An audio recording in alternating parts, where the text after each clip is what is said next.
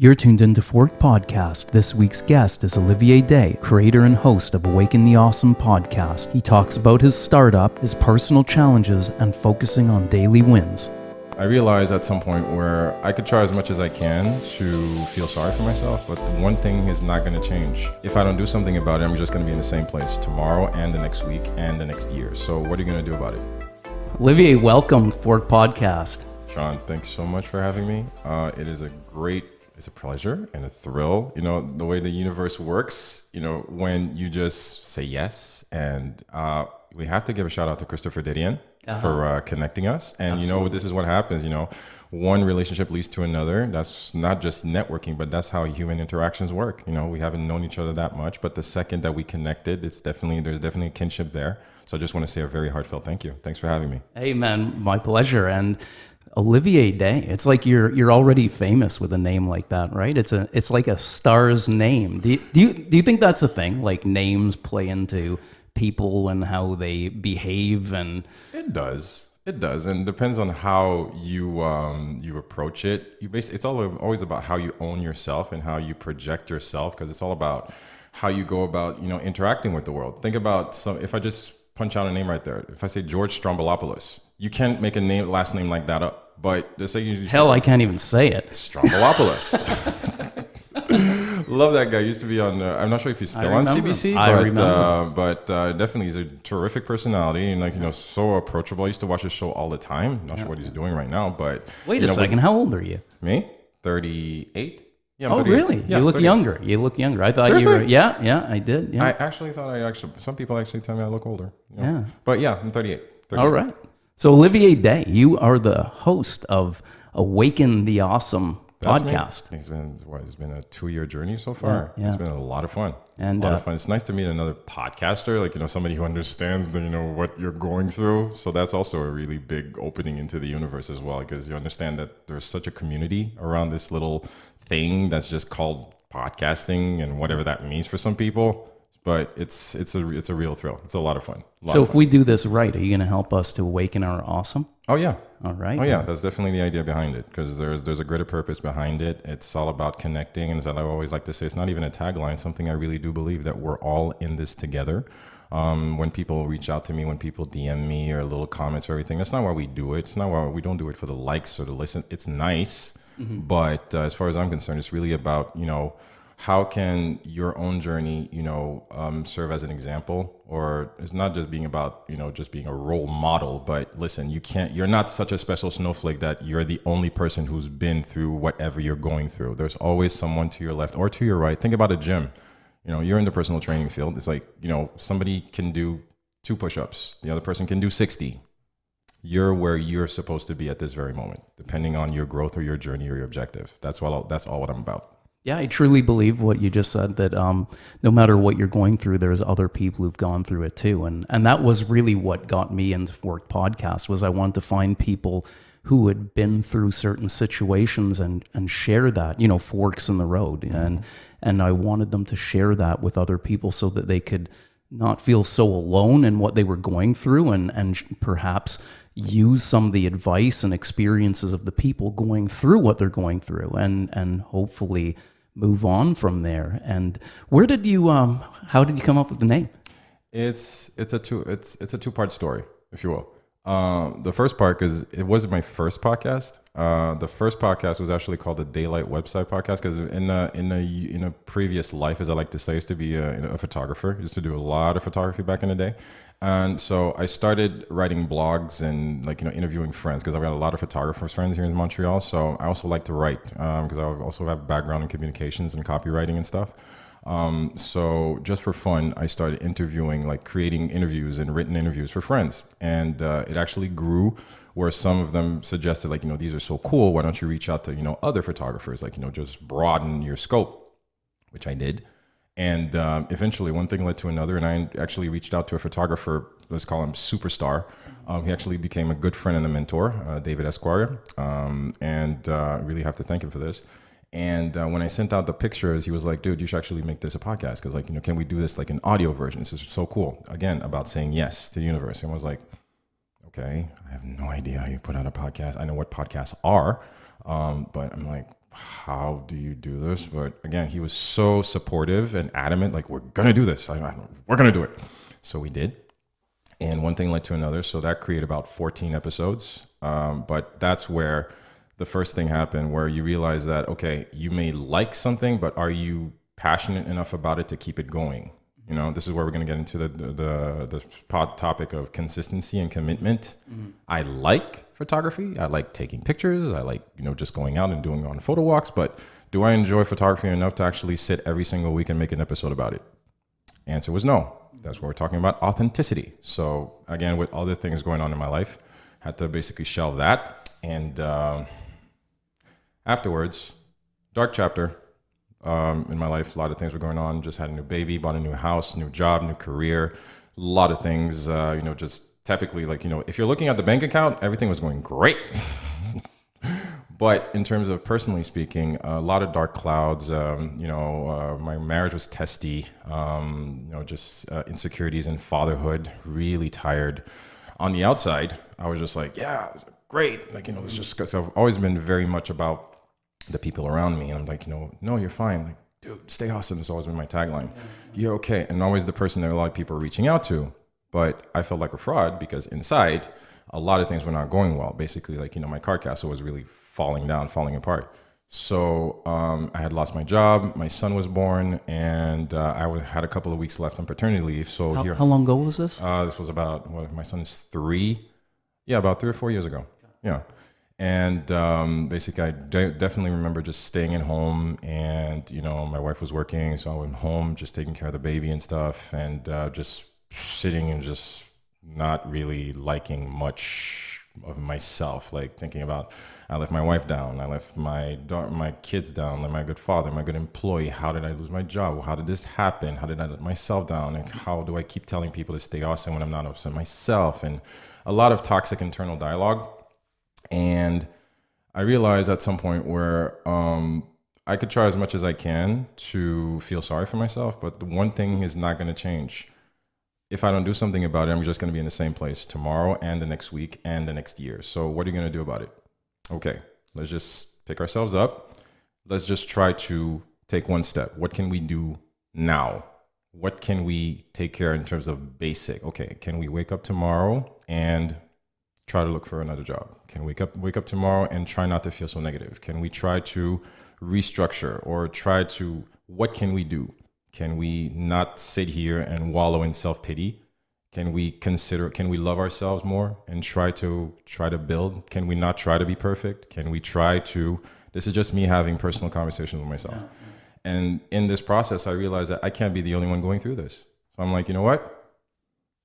Let this be my journey, my own personal audio journal, if you will, awakening myself. Because I believe that I've always talked about awesomeness of the self. And I'm like, you know what? Let's reawaken. Let's awaken this that's within us. That's the basic story. Long ass answer. I apologize. No, it's perfect. Listen, I think it's valuable because what you just explained is not rare. As you said before, what you're going through, many, many, many people have gone through it as well.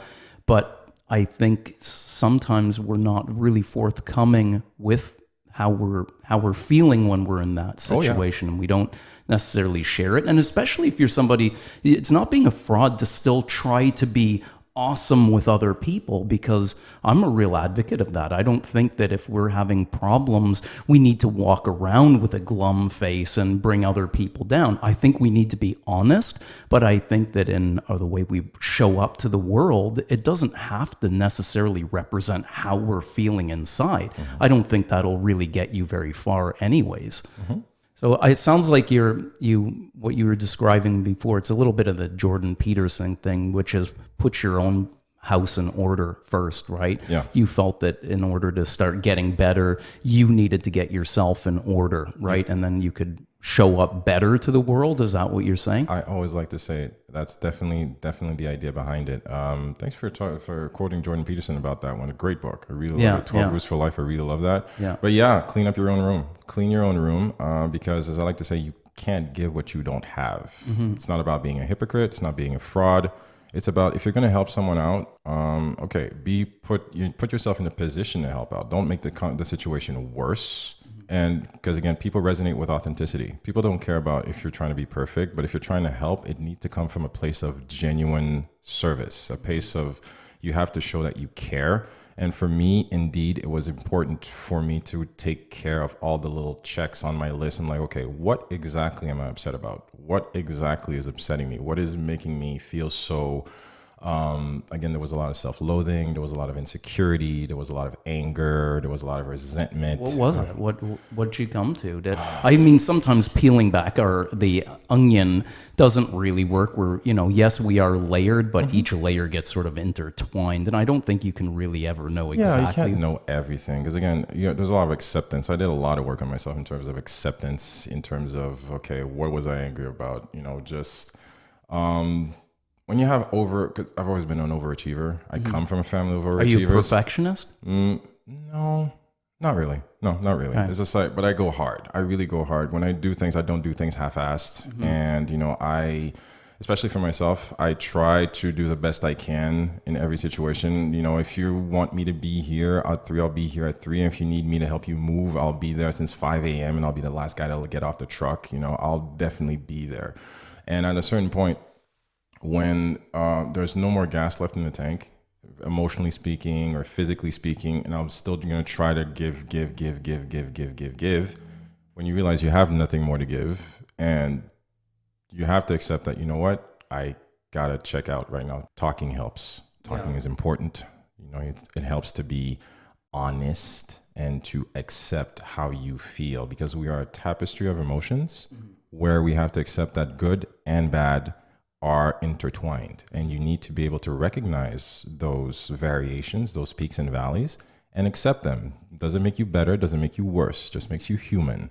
And that's the equation I had to solve for myself over time. And if you don't communicate that with somebody, if you don't let them know that that's how you're feeling, how would they know? You'd just be coming off as like a grouch. You're in a bad mood versus explaining how you are. And it's really quite pleasant to see how generally people respond well when we actually explain how we're feeling. Oh, yeah. You keep things bottled up for so long, you don't realize that all you have to do is open up and people are willing to listen.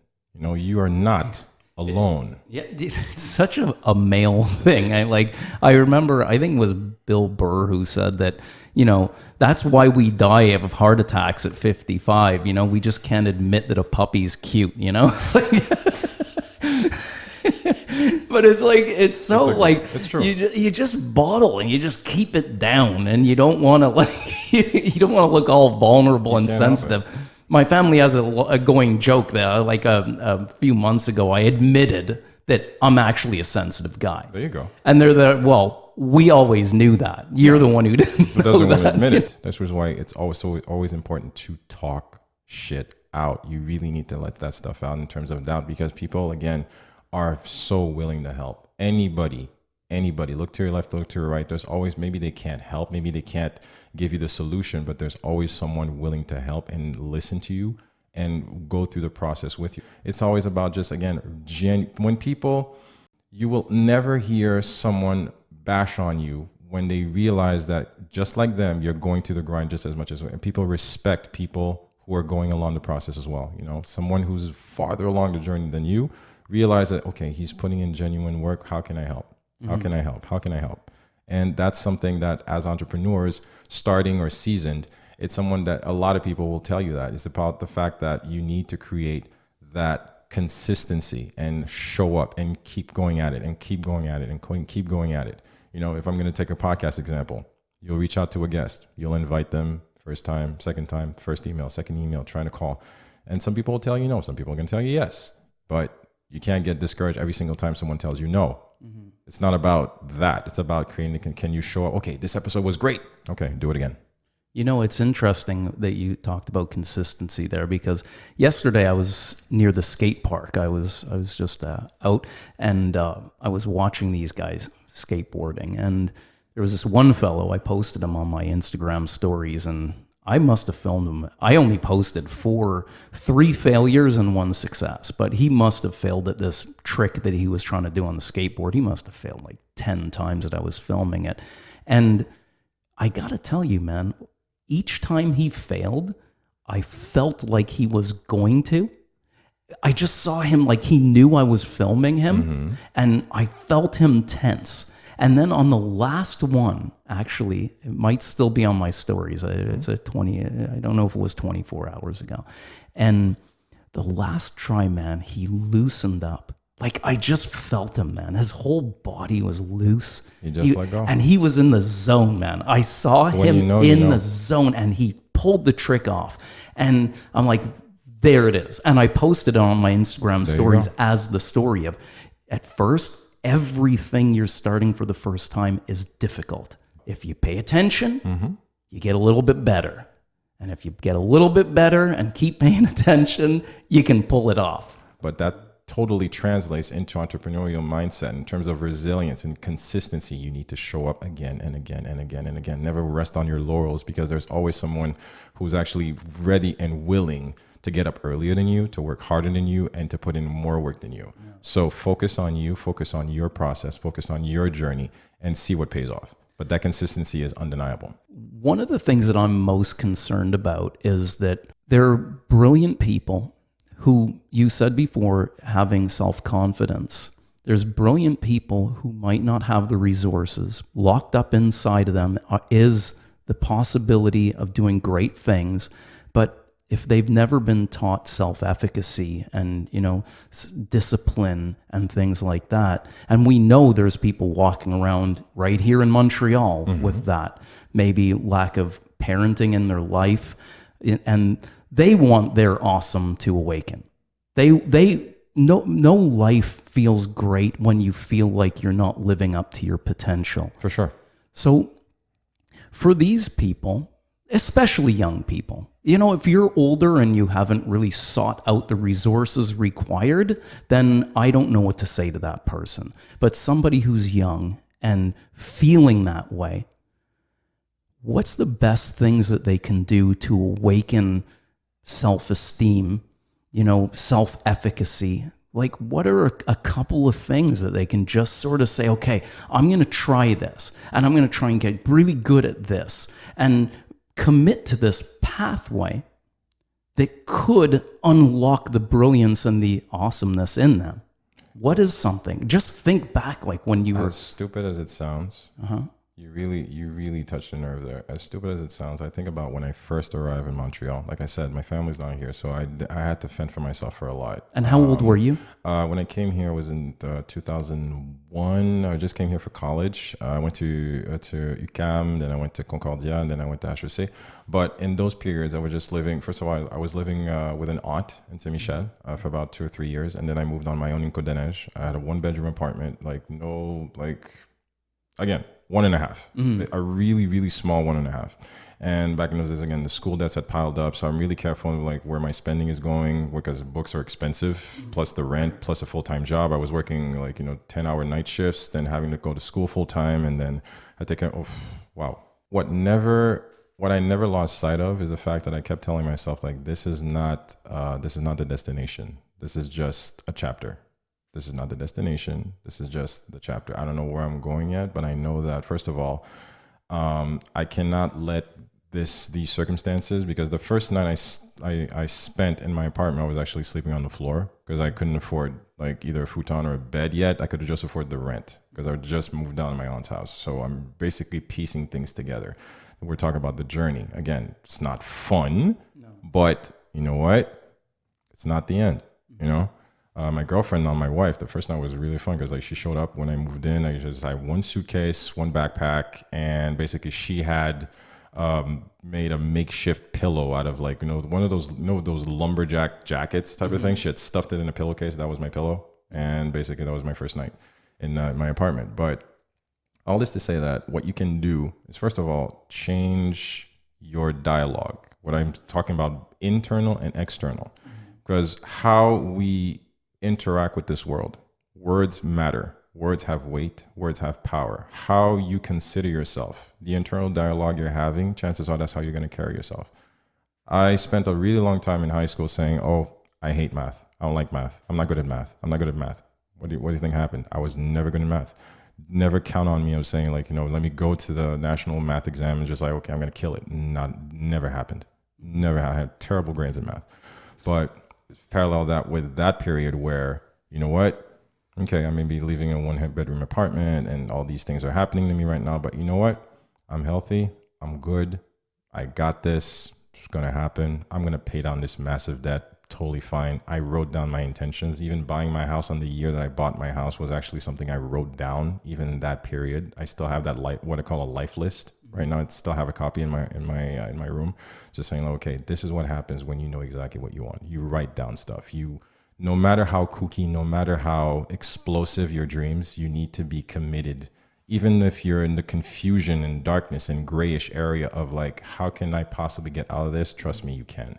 So they can write a manageable list, right? Like you don't want the list to be too big because then it just gets out beyond your control. So a manageable list. It's very important that they, no matter what their situation is right now. Write that down. Is it a daily, you write down daily goals, weekly goals, monthly? How does this look in terms of time? I can even go as far as 15 years. Okay. You could actually be as crazy as right now, 15 years. It needs to be, again, it needs to be a long-term goal and something, very short-term. Something as simple as like, okay, I'm going to be on time for work for the next 5 days. I'm not going to be late because, used to be an issue. That's important. That's important. Something because everybody enjoys a little win. Everybody enjoys a little snap on the back. Even if you don't get it from your boss, why should you get it from your boss? Why can't you just tap yourself on the boss? Like, yeah, I made it to work on time. That's a goal. Or like, you know what? Let me lay off the Mickey D's for for a month. So even though it's quick, it's fun. I love their fries, not a problem. But not even talking about financial saving here. I'm just talking about the fact, I want to change my diet. Let me just, what can I do? Something matters, some really small, simple, dumb, executable, easy win. Something as simple as one push-up. Okay, I'm not talking about 500. Give me just one. It starts with that one push-up. I have so many clients when I first start with them. I do a push-up test. If I think they have orthopedic problems and they can hurt themselves, I don't do it. But if they're, fairly limber and okay, I do a push-up test. Many can't do one push-up. There you go. 3 months later, it's part of the routine. And they're cracking out like 20 push-ups, 5 sets. It's an incredible thing. Give me one. Give me one. Succeed. Give me one little thing. And then you convince yourself, okay, if I can do that, hey, let's talk about Forrest Gump. Okay, if I made it this far, maybe I can go this far. If I made it down the street, maybe I can go around the block. If I can go around the block, let me go to the library. If I made it to the library, let me get to the supermarket. And it becomes incremental. You need to trust yourself in your own process. Don't try to hit a home run on the first try. It's not going to happen. I like the manageable list, man. I like that. Go as far, like I said, make it as far as 15 years. It sounds crazy, but you underestimate what you can get done in a year. But you overestimate what you can get done in a day. But create that list and write it down. Really write it down, because when you see it, you take that effort towards creating, you're visualizing what can happen, what you genuinely want. You're not going to make it all. Probably, again, we're talking about acceptance of failure. It's not failure. Maybe you can't get it all done. Again, talking about me and my example. Okay, I'm going to publish an episode every Tuesday at 10. I've missed a few, but I'm the only one who knows that, and I can accept that. But hey, it's been a very long and consistent process, and I'm happy with where I am. I'm a lot farther than when I started. So do you think that it's also about evaluating what you think success is? Because I sometimes feel that there's a lot of anxiety around success right now.